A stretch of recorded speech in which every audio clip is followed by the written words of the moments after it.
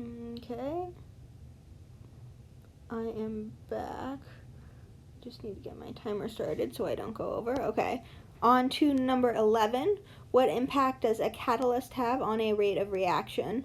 So remember, a catalyst, that's going to lower the activation energy needed to basically think of it like a key in a door. Like, you don't have to break down the door if you want to get into the room. You can just turn the key, which requires a lot less energy. So let's see. It increases the rate of reaction by, so we have lowering activation energy. We know the catalyst impacts the rate of reaction somehow, and we know it increases the rate of reaction by increasing the number of collisions. We know that that's not changing. It's the activation energy that's changing.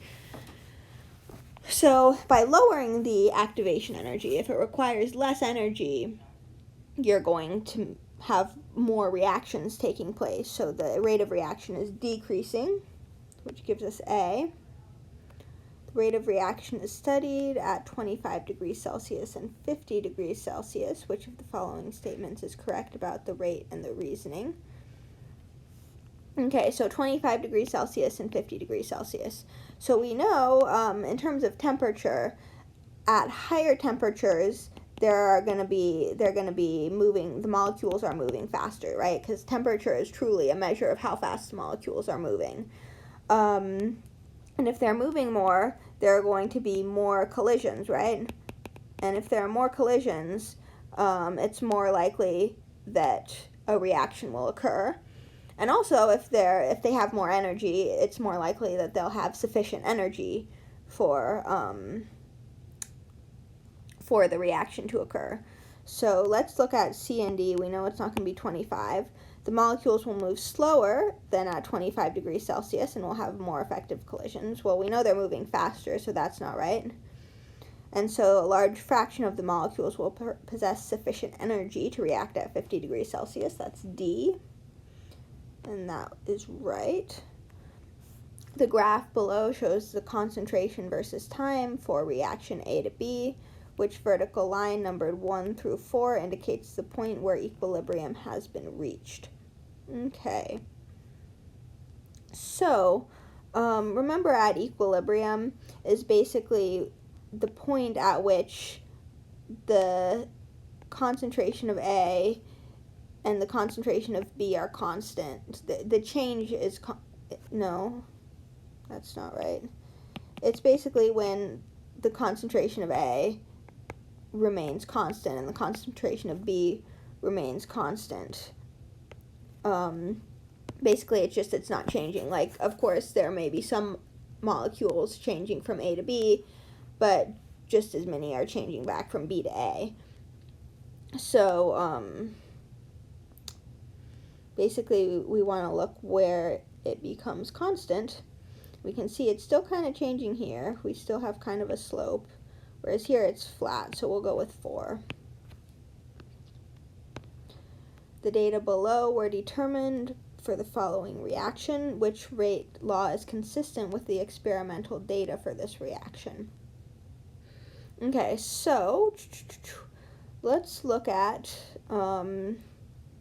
between 1 and 2, concentration of S2O8 is doubled, while concentration of I stays the same.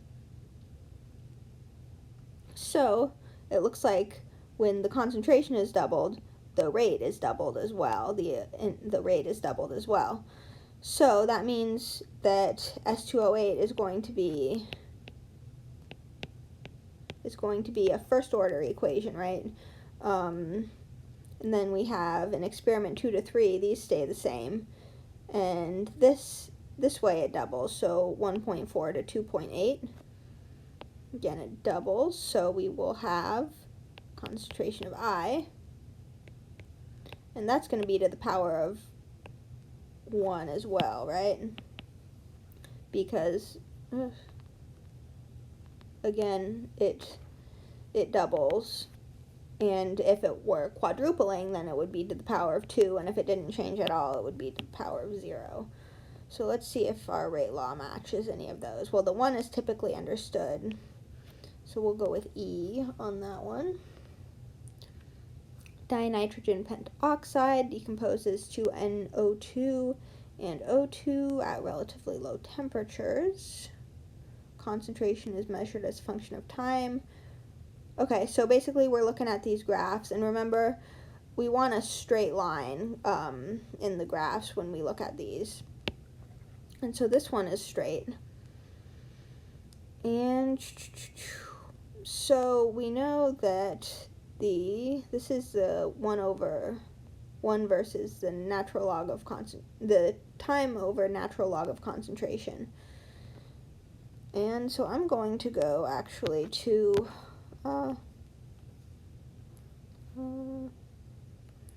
our nice handy pages at the back. We get our rate equations, and we see that our first order equation uses the natural log, a natural log plot. So we're going to look for our first order equation, which is B.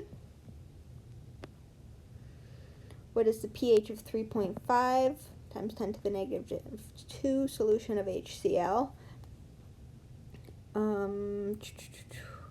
Well, we know, I'm blanking on my pH, so let's see, pH is equal to negative log of H3O plus.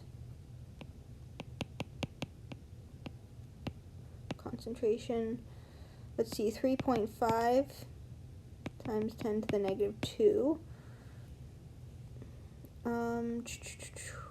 is equal to, that's going to be about 2, isn't it?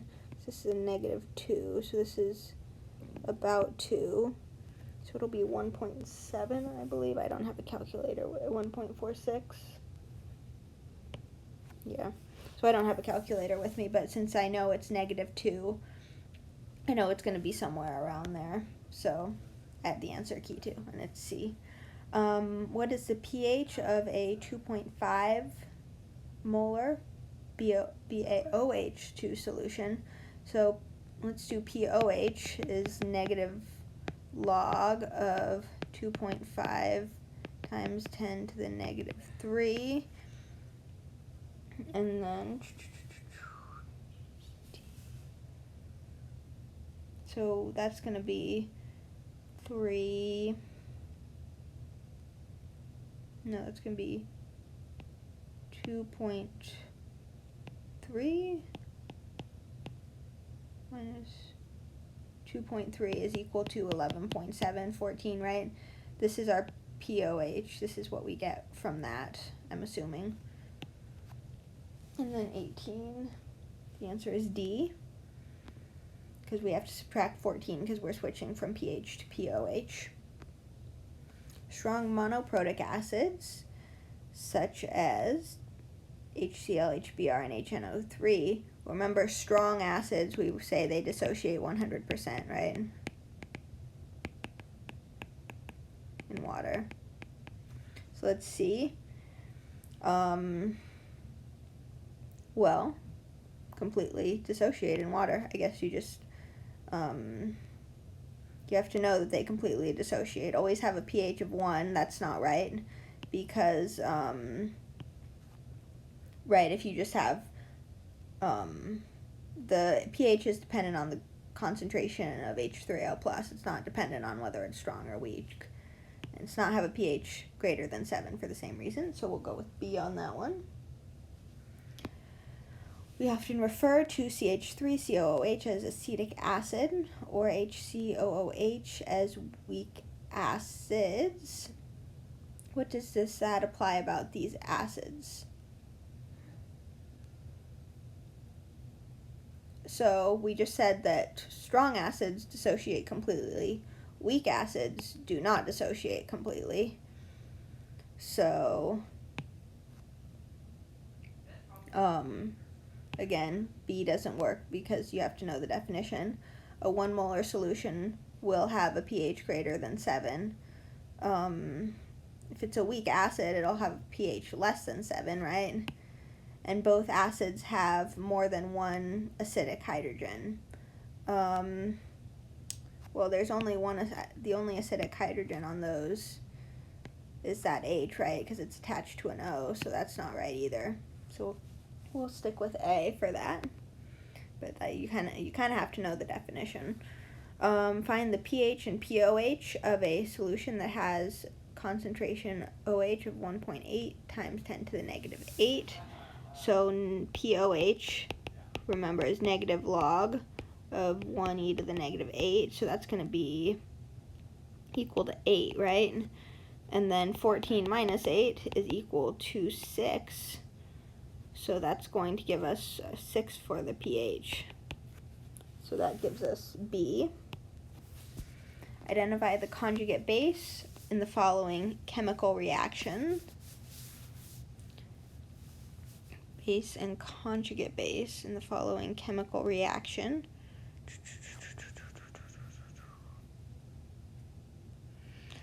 So the base, remember, is a proton acceptor. And really a base is acid is a proton donor. But we see NH3 is able to accept a proton, right, and become NH4. So that's the conjugate acid because it can then donate that hydrogen and be an acid. And so that means that OH minus is our conjugate base. So let's go with C on that one.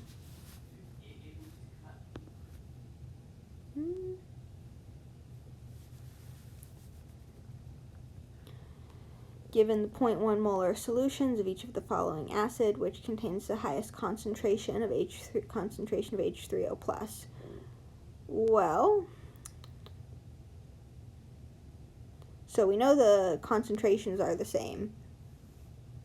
So the Ka, remember, the higher the Ka, the more like the higher the Ka, the less likely it is to dissociate.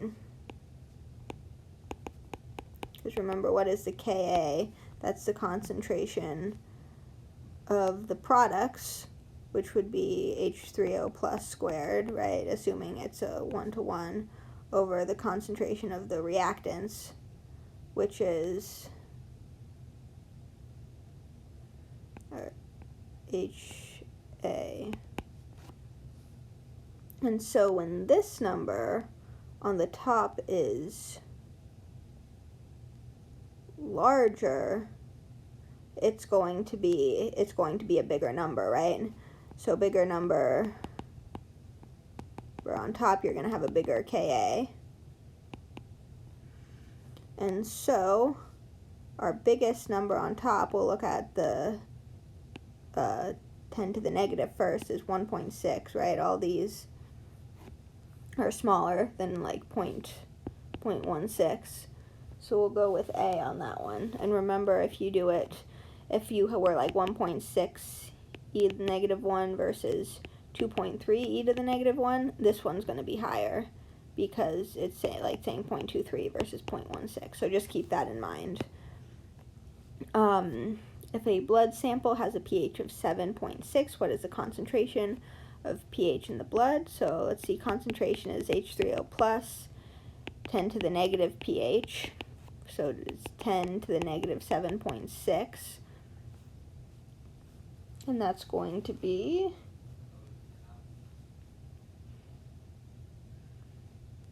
A.